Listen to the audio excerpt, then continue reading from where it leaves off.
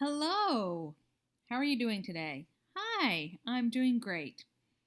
This is Safarri Jessop with two R's, yes. Okay. Safarri. What is your name sign? S on the shoulders. Oh, okay. I like that. That's cool. Yeah. So you are famous for your skills with karate, or is it karate, the swordsmanship? Yes, the swordsmanship. I was trying to figure out the right sign for that. But you're really like a deaf ninja. Yes. The world's champ. That's awesome. So I did some research a little bit about you before the interview, and I saw that you fell in love with The Karate Kid. I love that movie. That was an awesome movie. So you fell in love with that and decided um, to practice and become good at that. So, how did you and your coach decide to communicate? Because I watched the video of you actually doing your swordsmanship, and you can hear you guys chanting and saying certain things. So, how did you communicate with your coach about that? Well, because I'm deaf and I can't hear and I don't read lips either, and they didn't provide an interpreter. So I used to start with my older sister. She would interpret for me during class growing up until she stopped and left. And then I started picking it up by myself.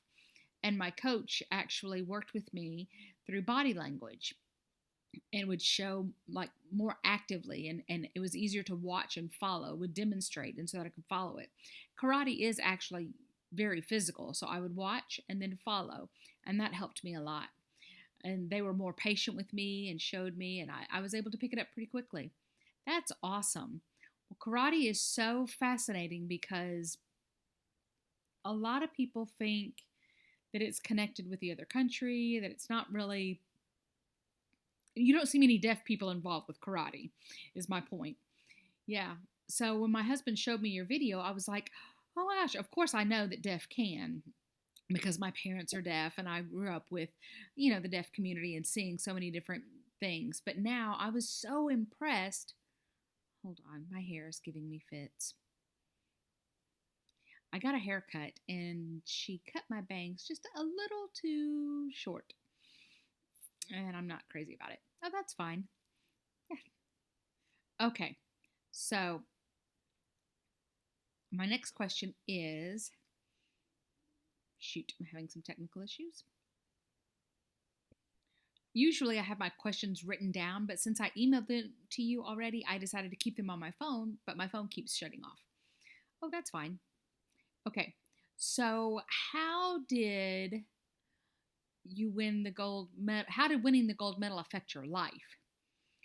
It really required attention and focus, but it helped me to be more motivated, to work harder, and to continue. It really helped me um, to emphasize considering how to set up my life so I can show deaf people or others that don't have someone to look up to. And so it was really an attempt to show them that they can do it too. That's awesome.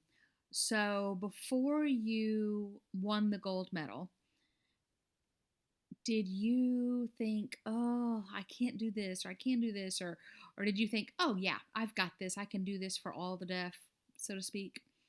Well, when I started, I was more shy, awkward, trying to learn, and I thought, oh, I can't do what other people are doing like that. That looks cool, but I doubt that I can do that. But because my coach had a lot of faith in me and encouraged me and said, you can do it. He pushed me harder than the other students in the class. He pushed me so hard. I studied for many hours. I stayed in the dojo longer than all of the students. I would wake up early in the morning, practice again at night, many, many hours a day until I was ready for competition. It really was a lot of fun. So, how many hours a day did you practice?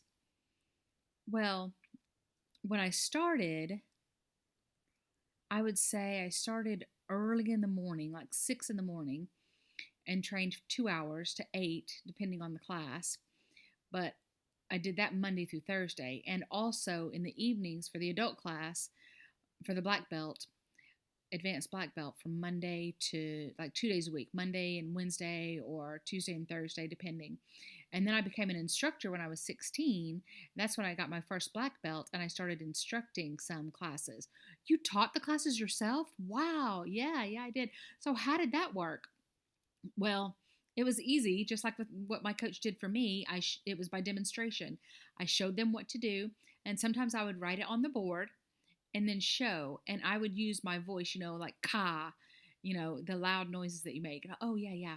So I would show them that way, and it was really nice. A lot of the students learned faster with me than some of the other instructors that were more verbal. I would show by demonstration, and they would pick it up faster because they had to watch. They had to turn off their ears and had to watch yeah, that makes sense. They had to focus on your actions and what you were doing. Wow, that is so cool. I didn't realize that you were an instructor also. Yeah. Um okay, so now you're an instructor, but your future goals, like now that you've won the gold championship, the gold medal, like after that, like what are your goals now? Well, I going where life takes me, but I trained a few MMA fighters already. Some went to Las Vegas and I saw my girls fight there and they won. And then I become a photographer, a fitness trainer.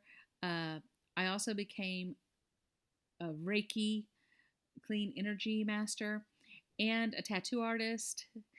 So there's so many different things. Well, you've already done everything. So you just tried anything you were curious about, huh? My husband's like that. He always says, I never want to leave without trying. Period. If I want it, I've got to try it. Because if you don't try, you'll never know. Yes, that's right. So that I was always impressed with that perspective. So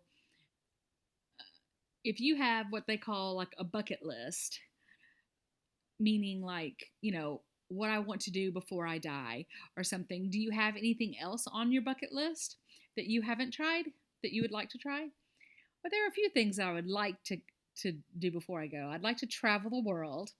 I want to touch all of the different areas, and I hope to influence the karate culture to grow, especially emphasizing deaf people joining and learning self-defense and those things. I think that most people think that deaf people can't do that, and I want to show that they can. So, do you have a lot of deaf in your class? No, I'm the only one with my sister. So, in your area, was there not a lot of deaf people, or the deaf population was small? I hadn't met another deaf person until I was an adult, after I got my black belt and started winning and getting more friends with the deaf community. So you basically grew up in a hearing world without meeting any deaf. Yep, I was completely in the hearing culture, and my family is completely hearing. My sister and I, the only deaf people. Wow. So when you met, wait a minute, you said your sister was deaf too? Yes. Oh, that's cool. So you guys could talk back and forth with each other. But when you met the deaf person for the first time, were you shocked, or how did you feel inside? What was your thoughts? Well, it was hard because I was being isolated and sheltered and like in our own little bubble. But when you get out of that and you start self defense classes and all of that, and I started taking, my world started opening up to meeting others, and it just took off from there. That's awesome. Do you present to deaf schools or? Oh, yes, yes. I have done several times. I figured that would be a good thing to do because a lot of teachers of the deaf would want to have the students see a successful deaf, and that's one thing that's really important, to be able to see that, oh, you can succeed, so I can succeed, that we're the same and you can succeed. It's called equal representation in the hearing world. A lot of, hearing represented, but it's hard to see deaf that are successful. Anyway, so do you have anything else that maybe I've overlooked, or anything you want to add, or anything you want to say or share? What has your experience has been like? You went to Las Vegas, right? And they didn't provide an interpreter there as well? Nope, they didn't. Okay, so did you think, oh, I might ask for an interpreter, or did were you used to it? And no, I thought, well, I could watch and learn. I'm more independent and more stubborn and more motivated, and I was thinking I didn't need an interpreter. But do you use an interpreter for doctor's appointments and everything? Oh, yes, of course, of course. Yeah, for general life, I do. Yeah, I use an interpreter for doctors and all that. But for karate, it would be harder for you because you're already skilled with that. And it seems like it would be more of a distraction to have an interpreter there because you're constantly looking at them and you can't focus on the instructor. Right, right. Yes, and I did have an interpreter at the university.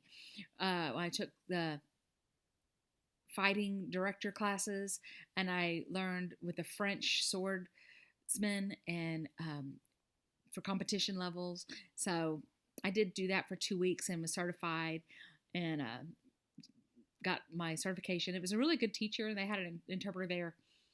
Did you enjoy that? Now, I'm assuming that the French is different than your experience. Oh, yes, it's very different than the Korean and Japanese. It's very different. So, which one do you prefer, French or the Korean and Japanese? I like them all, but my favorite is the Japanese because that's where I became the world champ, you know. Well, of course, of course. So, I'm curious, what caused you to be fascinated with the swordsmanship? I mean, how did you, like, what, and most girls don't usually are interested in swords and fighting and and I know boys and girls have different likes and they can be interested in different things, but it seems like swordsmanship is not usually something a girl is involved in. So what made you become fascinated with that? Well, I remember when I was growing up playing baseball. I love the baseball. I love the hands-on action, having something in my hands to manipulate. And when I started karate for the first time, my instructor saw my skill and said, "Hey, let's try this." And I said, "Okay." And I tried it, and my instructor was like, "Oh, you're really good at this." So he really encouraged me to take both classes. It was a lot of work to do both classes at the same time. Sometimes I was taking 3 different arts at the same time. It was a lot of work, and I was learning so much. Well, that is a blessing that your instructor recognized your skill and said, "Hey, let's try this." And it was a perfect fit. That's awesome. And that's good that the instructor it was good of the instructor to recognize that. Yeah, yeah, I'm thankful to my instructor for encouraging me and motivating me, and he was very strict and encouraged me to work hard. But because of that, I've become a world champ, and it helped me to train even harder and push me to train even harder and keep going. Wow. So, what advice do you have for other deaf children or deaf adults from your life experience? What would you like to share? I want to show them that it doesn't matter if other people think you can't. You can, and you can do it. You just have to stay motivated and keep thinking to yourself, I can do it, because other deaf people have already done it. They've already accomplished those goals. If you're fascinated with something and you want to do something that I've never done, go for it. I know you can do it. Okay, so I have one more question, because I know I just started working out in the mornings and I'm not very athletic. I'm not. That's just not who I am. I'm usually more crafty, but my husband and I are focusing on our health and trying to get healthy. So every morning I get up and I go upstairs and I walk on the treadmill and I work out. And I have to remind myself sometimes, like a few days ago, I just did not feel like getting up. So, how do you give yourself that motivation to get up? Like 6 o'clock is early.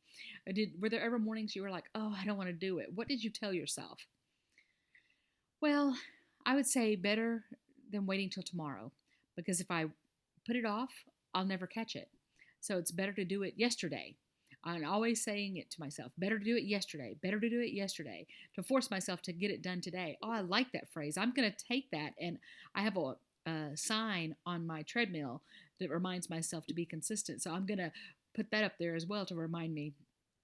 So the other thing, to kind of wrap this up, I know it's a short interview, but I was wondering, because Ann's Arbor, used to support single moms because of my own personal experience as a single mom. When I got married, my husband heard my dream to help single mothers, and he gave me so much support, and we successfully paid rent and groceries and all of that for a single mother for a year. And I felt so honored that I could help others, just like people helped me when I was a single mom. And so as time went on, we moved to Alabama, and we have kind of shifted. And I wanted to ask, do you have any organizations or nonprofits or anything? Like, I have a heart for single moms. What is your heart? What would you like us to support? Well, I would like especially for you to support kids who can't afford classes, like their parents, or like if they don't have parents or don't have uh, a mentor or someone to help influence them. I mean, find your local organization that may help support kids taking self-defense classes, especially for the deaf. Well, and any kid really that can't afford it, and experiences bullying and all of those different things and abuse. And, there's the world is so awful. And I want them to learn self-defense. I think that's really important. That's awesome. I've taken a few self-defense classes myself as a single mom. And, I would have my kids take it with me because you just never know. Like you said, the world today is crazy. So, yeah, so that was a good experience. But I didn't learn karate or anything. It was just the basic, like if someone was to grab you from behind and the things that you can do, that kind of self defense. Well, that's important too. It doesn't matter whether it's small or it's a big class, it's better than nothing. Right, right. I agree. I agree. I am so impressed with you, your skill, your ability to succeed and accomplish so much. And now what do you do primarily? Are you an instructor? Are you a tattoo artist? Are you pretty much everything? Well, I try to do it all. I really want to go back to the MMA fighting training. I really want to be a trainer. Maybe someday I'll be an instructor again for an MMA fighter. I'd love to be a coach for that again. Well, that's awesome. I hope everything works out for you with the MMA fighter in the future. And thank you for taking time to chat with me. Oh, you're welcome. Thank you. I appreciate it. Bye. Bye. Thank you.